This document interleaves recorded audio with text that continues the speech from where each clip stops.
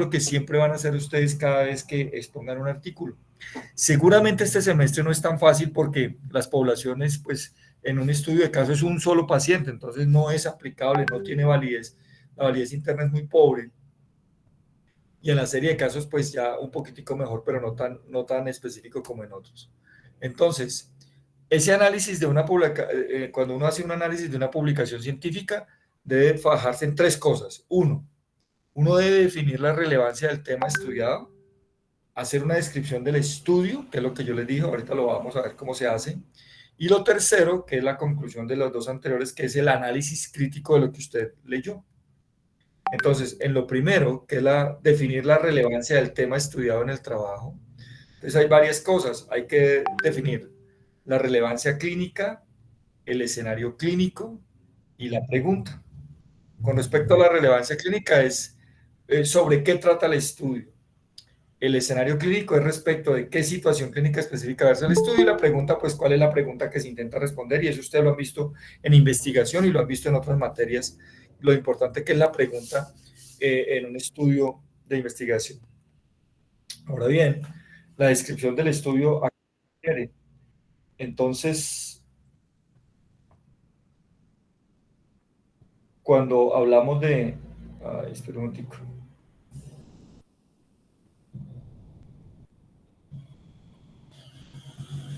No están pasando las... Doctor, no No están están pasando... pasando aquí. No. Es que no sé, ahí sí no sé entonces.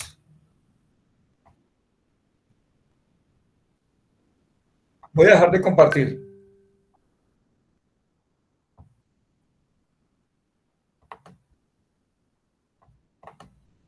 Voy a ver. Ventana. PowerPoint. Compartir. Ahí está compartiendo.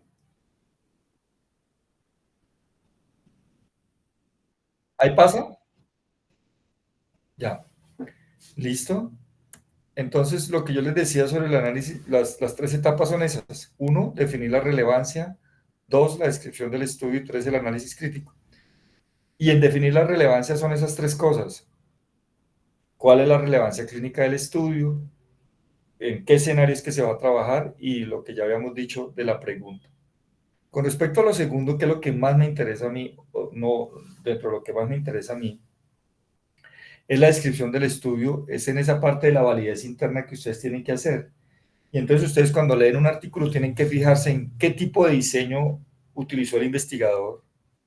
Tienen que ver los pacientes y con respecto a los pacientes la muestra, si la muestra está bien tomada, la intervención que hicieron sobre esos pacientes, los resultados y las conclusiones. Mire que tiene mucho que ver esa descripción del estudio con la pregunta Picot, ¿se acuerda? Que hablaba de pacientes, de intervención, de outcome, o sea, de resultados y de conclusiones. Y el tercer punto que uno tiene que hacer cuando hace un análisis crítico de la literatura científica es hacer el análisis. Y en ese análisis van tres cosas que ustedes siempre lo van a tener que hacer. A partir de este semestre, vuelvo a insistir, no es tan importante en la primera exposición porque es muy difícil, sobre todo la validez interna. Y la validez interna es la calidad metodológica del trabajo. O sea, usted en esa parte, ¿qué me va a decir? Usted me va a decir cómo es el diseño, cómo fue la escogencia, cómo fue la intervención, los resultados y las conclusiones que sacaron del artículo. Y en la segunda es la validez externa, que es la aplicabilidad que tiene ese estudio en nuestra población. Lógicamente, en los estudios de casos, como veremos ahora, como esos son tan raros, pues la aplicabilidad muchas veces no es muy buena. Y la tercera cosa que debemos hacer siempre que hagan un análisis crítico es hacer su propio comentario, no el comentario que está en el artículo, sino, por, como dice ahí, nuestras conclusiones personales basadas en los datos crudos mostrados por el estudio y en la evaluación metodológica efectuada. Usted me tiene que decir entonces en el comentario que ustedes consideran que tiene una muy buena validez interna, que la validez interna sí tiene aplicabilidad o no tiene aplicabilidad, que ya lo han dicho de todas maneras en la parte A y en la parte B, ¿vale?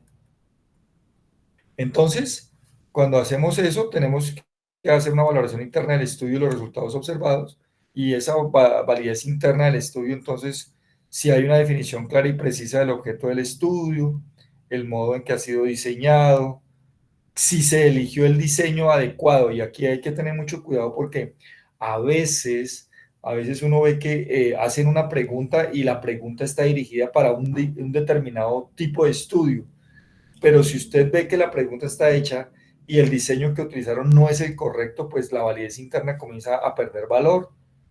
Si el tamaño de la muestra es suficiente, vuelvo a insistir, este semestre no va a ser tan importante porque pues en la primera parte no vamos a tener sino un solo paciente, entonces pues la muestra no siempre va a ser insuficiente.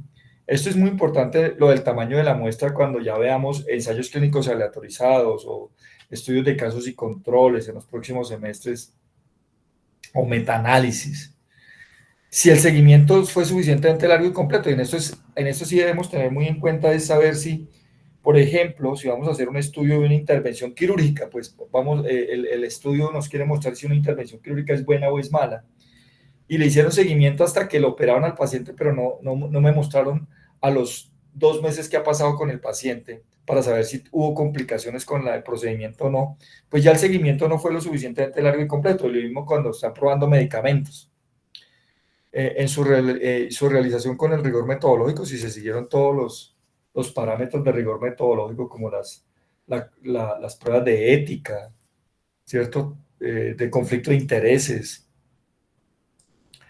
En los estudios, entonces, tenemos distintos tipos de estudios. En los estudios observacionales, sabemos que son estudios en los cuales el investigador observa lo que ocurre en la práctica clínica, que es lo que vamos a hacer este semestre.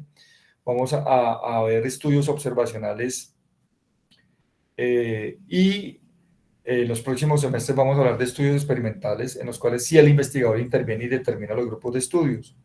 Ahora bien, el principal estudio o los estudios experimentales más importantes son los ensayos clínicos controlados. Eso lo vamos a hacer el próximo semestre. Y estos pueden ser prospectivos, controlados, deben ser libres de sesgos, lo más importante, pero eso lo vamos a hacer después, y que cumplan un objetivo.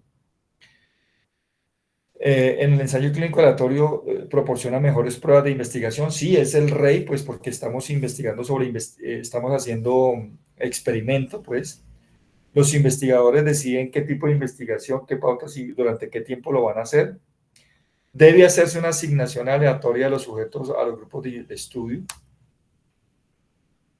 Debe haber un grupo experimental y un grupo control.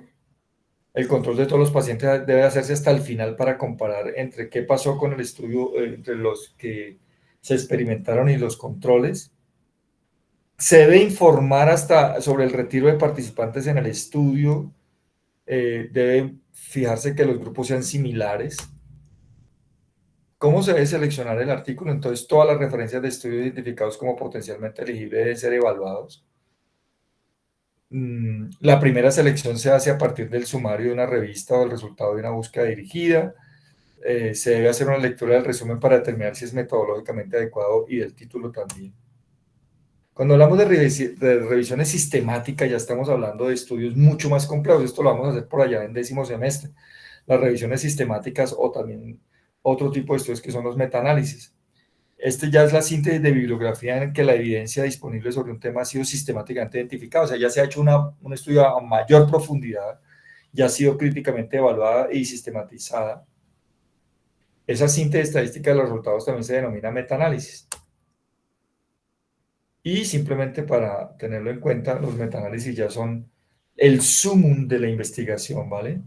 Son los que tienen más peso con respecto a, porque se va a examinar un mayor número de eventos al respecto. Y se tienen que hacer unas etapas que ahorita no tienen mayor importancia.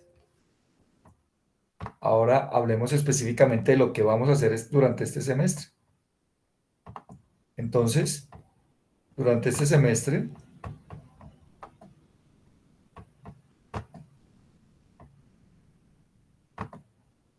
¿sí están viendo ahí la presentación?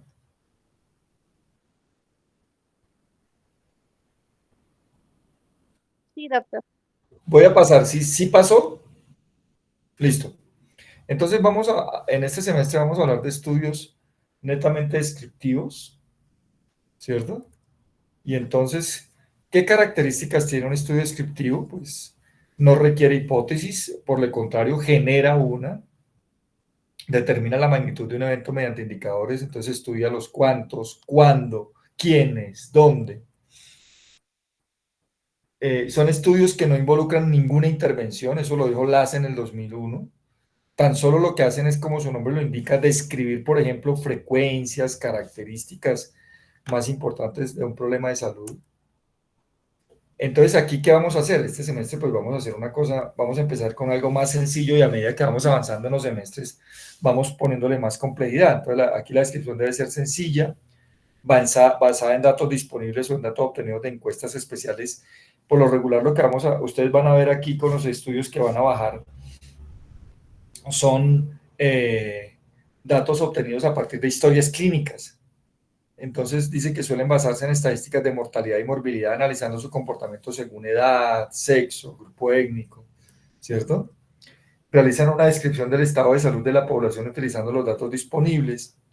Una cosa importante es lo que dice aquí, no intenta analizar el vínculo entre exposición y efecto porque no se puede hacer. Esa relación exposición-efecto aquí no se puede hacer, o sea, eso lo que se llama relación causal en estos tipos de estudios que ustedes van a presentar no se puede hacer. Entonces, el conocimiento de la distribución y frecuencia de las enfermedades que puede permitir una distribución eficiente de los recursos, hacer una planeación adecuada, proporcionar una primera pista para formular hipótesis. Ojo con esto, tan solo una primera pista para comenzar a formular hipótesis, pero todavía no sacar conclusiones definitivas. Entonces, esos estudios descriptivos, ¿cómo los vamos a clasificar? En estudios de casos, series de casos y estudios de corte transversal. Este semestre vamos a trabajar estudios de casos y series de casos. Algunos ahí se interponen y terminan siendo cortes transversales, pero en realidad lo que vamos a trabajar específicamente son estudios de casos y series de casos. ¿Qué es un estudio de casos? Es un estudio muy sencillo, es el más sencillo de todos. Es el que les digo yo a ustedes que ustedes deben comenzar a intentar hacer ahorita que están de estudiantes, ¿cierto? Que se limita a describir con detalle un evento clínico que reviste un interés especial. Entonces, son los casos especiales. Y siempre pongo el mismo ejemplo cada semestre. Les digo, por ejemplo, si ustedes llegan a ver en el hospital ahorita que están rotando por medicina interna un síndrome de Stevens-Johnson secundario por ejemplo, a un evento adverso, a una reacción adversa a un medicamento, pues créame que no lo van a volver a ver en muchos años, o algunos será la única vez que lo van a ver en la vida, si es que lo llegan a ver. Entonces, ese es un buen estudio para hacerlo, convertirlo en un estudio de caso y publicarlo. Entonces, son estudios sencillos, como dice ahí, que detallan un evento clínico. Constituyen una posibilidad para descubrir asociaciones entre enfermedades y factores de riesgo desconocidos. Entonces, por ahí podemos empezar. Son útiles para describir asociaciones entre enfermedades, reportar complicaciones, mecanismos fisiológicos sofisticados o eventos colaterales de drogas como el ejemplo que les acabo de poner. ¿Cuáles son las ventajas? Primero, que sirven de puente entre investigación básica y clínica. Dos, que son útiles para generar hipótesis. Ojo, para generar hipótesis, no para comprobar hipótesis. Tercero, es un estímulo para continuar una línea de investigación. Como en el momento en que están ustedes, que están haciendo investigación formativa, pues sería muy interesante. Cuarto, previenen contra complicaciones poco frecuentes. Quinto, detectan casos raros, y eso es lo más importante. A veces incluso descubren mecanismos de enfermedades o asociaciones. Entonces, un caso raro que ustedes encuentran, y lo van a ver ahorita cuando comiencen a hacer las exposiciones, que las exposiciones de ustedes todos van a ser primeras de estudios de casos, van a ser todos de casos rarísimos. ¿Cuáles son las desventajas? Pues lógicamente, como es la base de la investigación, no está en la cúpula, no sirven para comprobar hipótesis, ya lo dije, simplemente pueden generar hipótesis. No pueden sustentar conclusiones, o sea que con base en un solo paciente yo no puedo ya sacar conclusiones definitivas sobre un medicamento, sobre una complicación, sobre nada. No controlan sesgos ni azar, pues porque tengo una población muy chiquita. Su validez externa pues es limitadísima, ya porque no puedo extrapolar datos a partir de un solo caso clínico. No se pueden generalizar resultados y al tener un solo paciente pues no tengo un grupo control. Entonces son muchas las desventajas, por eso vuelvo a insistir, los estudios de caso es lo más sencillito que hay en la investigación, ¿verdad? Ahora bien, en la segunda parte del semestre, ¿qué vamos a hacer? Vamos a hacer series de casos. ¿Y cuál es la diferencia entre estudios de casos y series de casos? Aquí ya hay un recuento de características interesantes observadas en un grupo de pacientes. Mientras que en el anterior era un solo caso, aquí ya tenemos un grupo de pacientes con las mismas características. Entonces, estas describen la experiencia de un paciente o grupo de pacientes con un diagnóstico similar. Sin, lógicamente, estamos hablando de estudios descriptivos, no se puede realizar intervención alguna. Aquí en estos casos ya se puede documentar la presencia de nuevas enfermedades, por ejemplo, ¿cierto? Miren lo que sucedió en 1981. Gottlieb y colaboradores describieron a 4 varones jóvenes con una forma previamente rara de neumonía, ¿cierto? Se hicieron esas investigaciones, se descubrió que la neumonía era por Pneumocystis jirovesi y después se descubrió que era secundaria a un virus que los inmunodeprimía y ya saben ustedes en qué terminó esa investigación, en descubrir una enfermedad que ahora la conocemos como SIDA. ¿Cuáles son las ventajas de los series de casos? Entonces, sirven de precursores de otros estudios, sí, son la base para usted conseguir más pacientes, aumentar la población y determinar ya otras cosas. Generan hipótesis, sí, lo mismo que los estudios los estudios de casos. Son útiles para evaluar la experiencia propia, o sea, el monitoreo de su región. Ya podemos hacer descripciones de cuadros clínicos completos. Pero ¿cuáles son las desventajas? Las mismas de los estudios de casos. No podemos generar conclusiones ni hipótesis, comprobar hipótesis a partir de estas. La población es tan pequeña que extrapolar o hacer validez externa tampoco es importante acá. Y por último, los estudios de corte transversal, entonces son los llamados también estudios de encuestas o de prevalencia.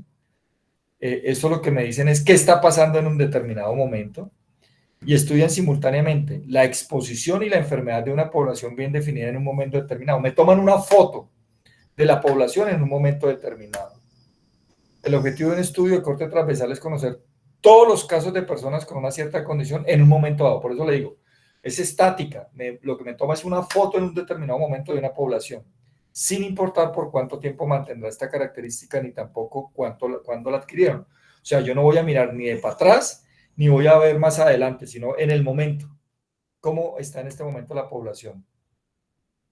Estos son utilizados para estudiar enfermedades de larga duración o cuyas manifestaciones se desarrollan lentamente.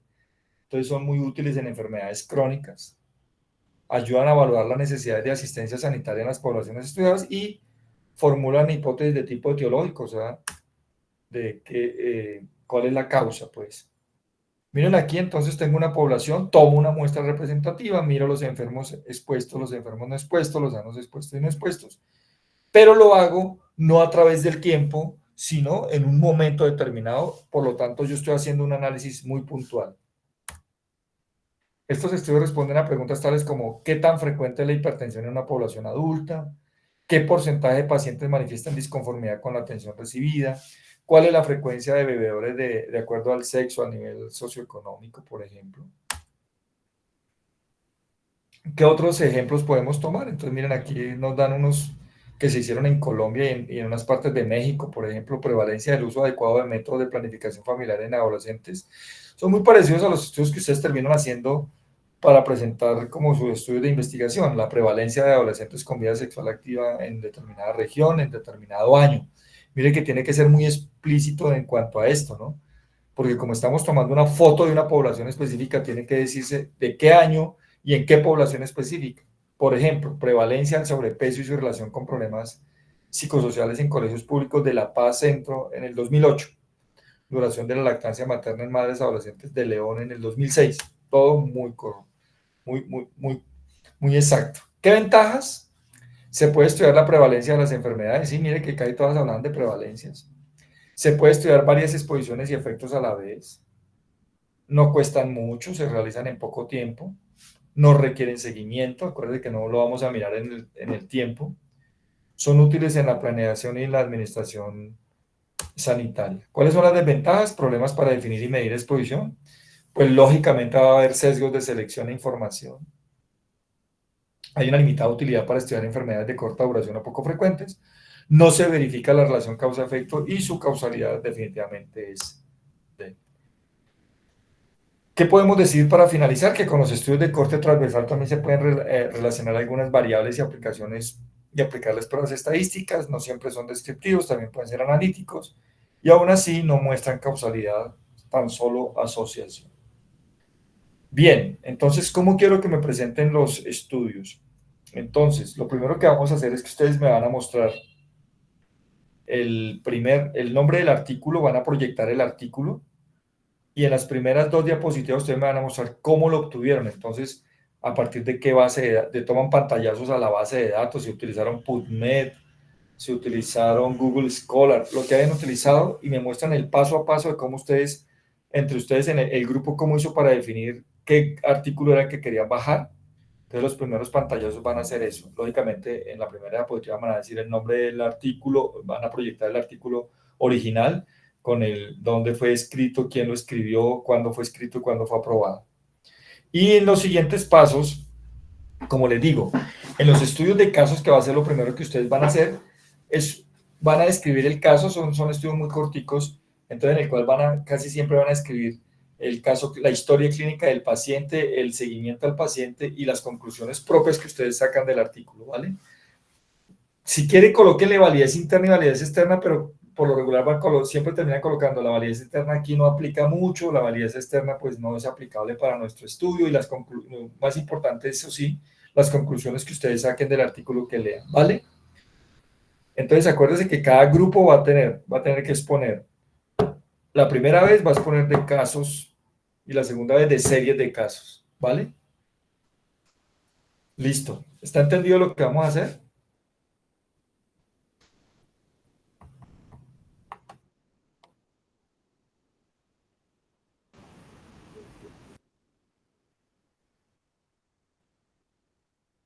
Sí, entonces ustedes me muestran de dónde fueron sacados los artículos específicamente, porque lo que necesito ver es que ustedes apliquen lo que hicimos en quinto semestre, sobre todo sobre motores de búsqueda, y que apliquen lo que ya han aprendido. ¿Listos?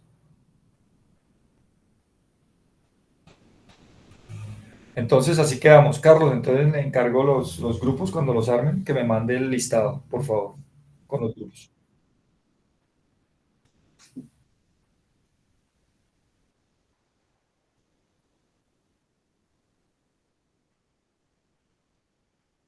Vale, listo. Listo, sí, la semana entrante.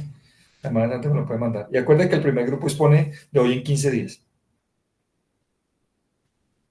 Bueno, ahí quedamos. Muchas gracias a todos. Nos vemos. Gracias, Doc. Gracias. Gracias, Doc. Chao.